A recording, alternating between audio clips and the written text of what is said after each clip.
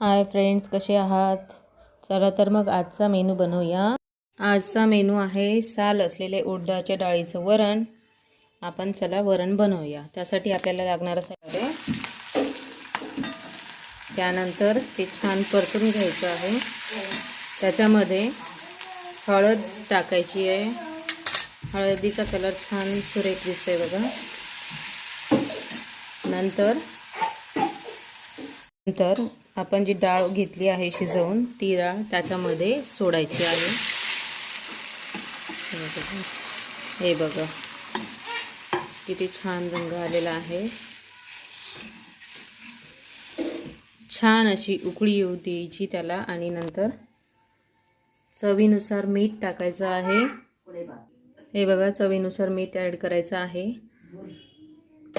छान हलवून घ्यायचं आहे। गॅसची फ्लेम शक्यतो जास्तच राहू द्या, जेणेकरून ते वरण जे आहे ते पिवळं पडणार नाही आणि छान हिरवगार असं दिसेल। चला तर मग भेटूया नवीन रेसिपी सोबत। Bye bye.